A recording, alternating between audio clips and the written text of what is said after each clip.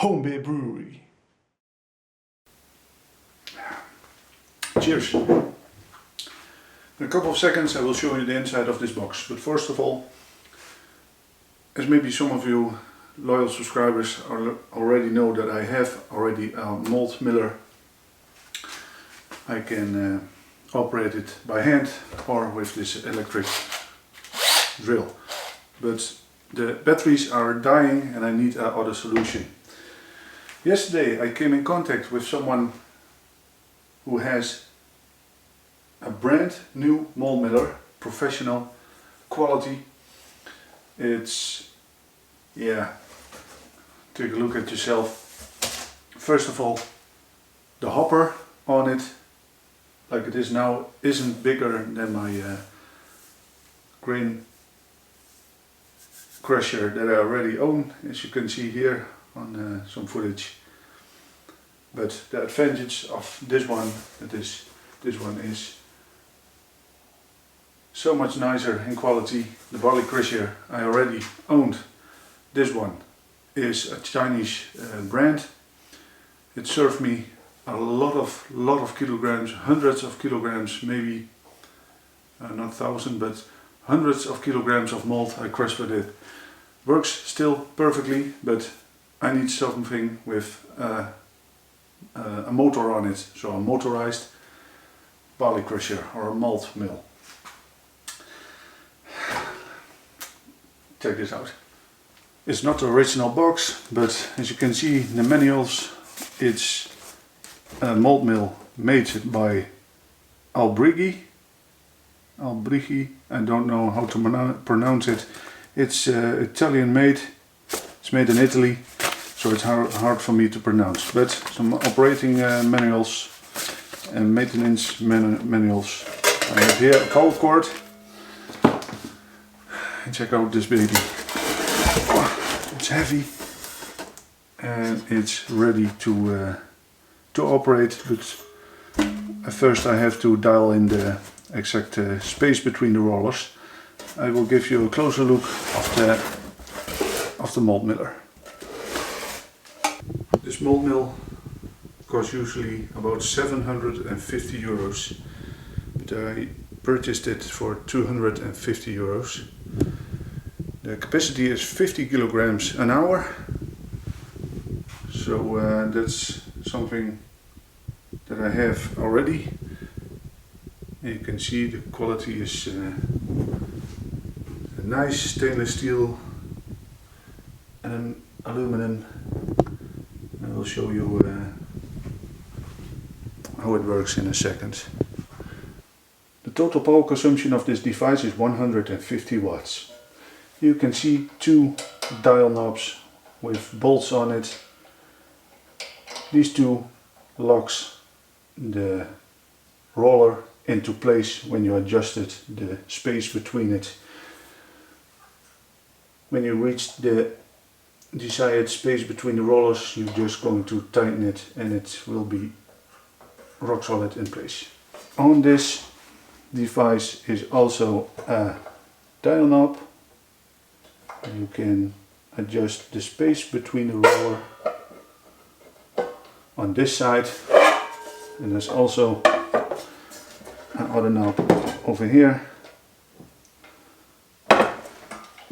With that dial knob you can adjust the space between the roller on the other side.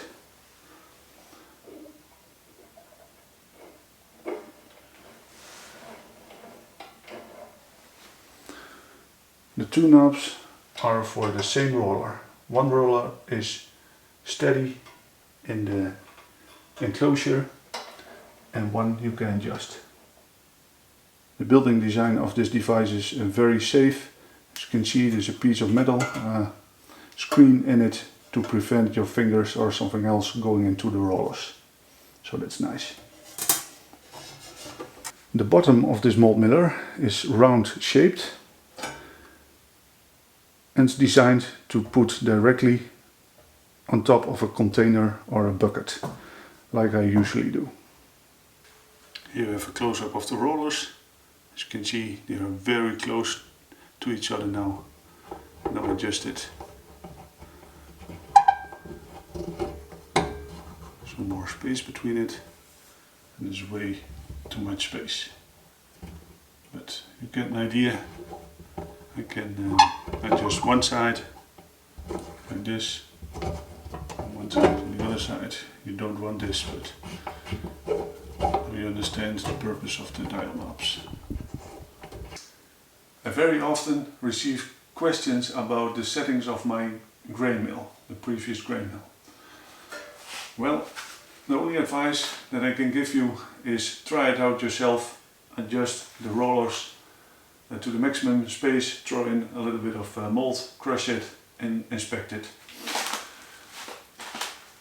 Believe it or not, the setting on my previous grain mill was 1.2 millimeters, the space between the rollers. It's not recommended for the Brewmaster, I think. I thought recommended was 1.6. Well, 1.2 works for me, and my colleague has the same malt miller grain crusher. He has a different space between the rollers, but pretty much the same crush. This is what I'm going to do, and maybe you have to follow that advice. Just try it out yourself. Here I have 1 kilogram of biscuit malt, way out of date, so I'm going to make about 5 portions. Maybe I only need 1 or 2 of 200 grams. So I make portions of 200 grams, throw 200 grams in it, start the motor and check out the crush. If it's too fine, I will adjust the rollers a little bit more so there's more space between it. So it doesn't need to be very powdery, but I don't want to have the whole grain particles in it. The malt, complete malt, how do you call it? Complete grains in it. A crack in it is good. Well, let's weigh out 200 grams. I'm not going to give you a close-up of me weighing out the grains, you all know how it works. 200 grams, I've set the malt miller on top of a bucket that I usually use for this work. And let's weigh out 200 grams. Oops, a little bit too much. Exactly 200. You just have to trust me about this. 200 grams. Let's put it in. For the first crush, I'm going to give you a close-up.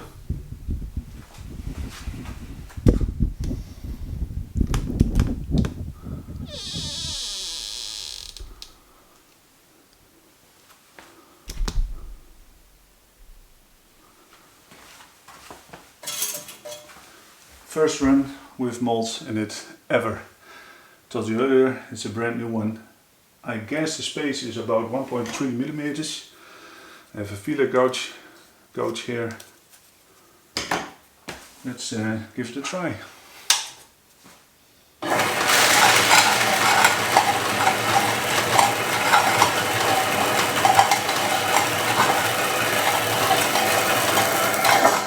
Nom, nom, nom, nom. Let's check it out. Oh, it's... No, this isn't good.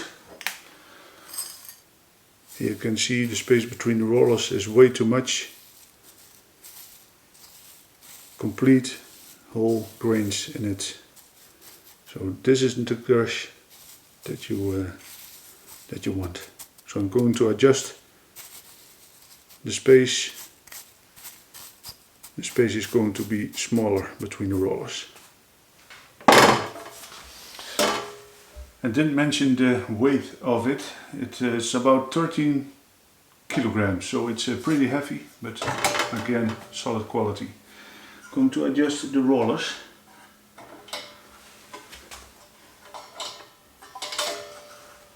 Lock the rollers in place. Well, I've weighed out 200 grams of malt. Again, Let's check it out.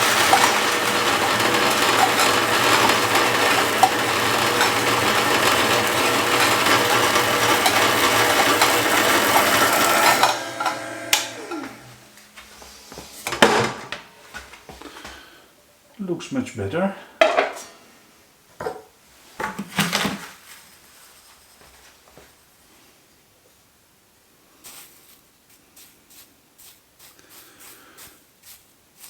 There are hole.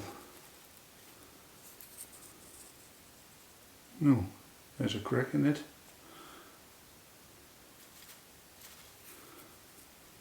This one too. Don't know if you can see it. There are whole malt grains in it, but about every grain has a crack in it. So I think we almost there. Yeah, can you see it? I think this is something that I want.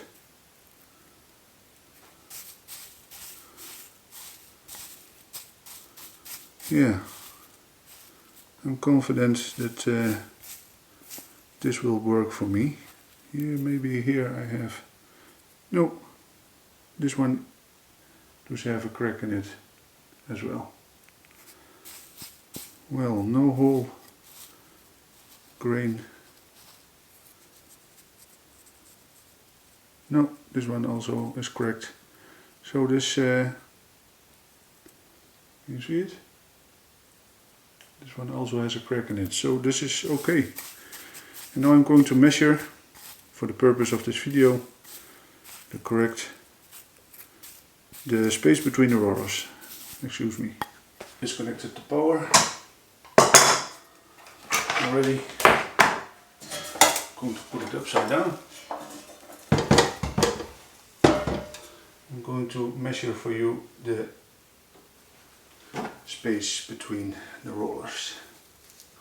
This is 1.4 millimeters.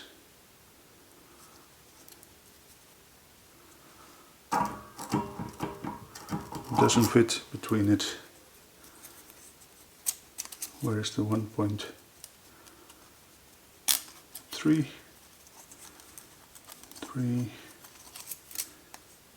No, where is one? Oh, here's one. This is 1.3 millimeters. Doesn't fit. 1.2.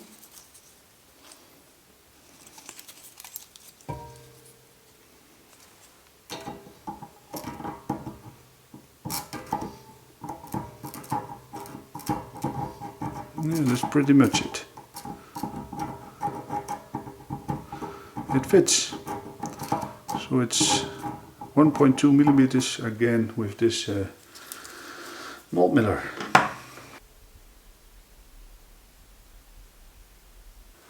I'm not saying this is the best way or the only way to adjust a malt miller like I do. It works for me, this method. The malts were out of date, so they were very dry. Maybe I'm going to adjust it in the future a little bit more.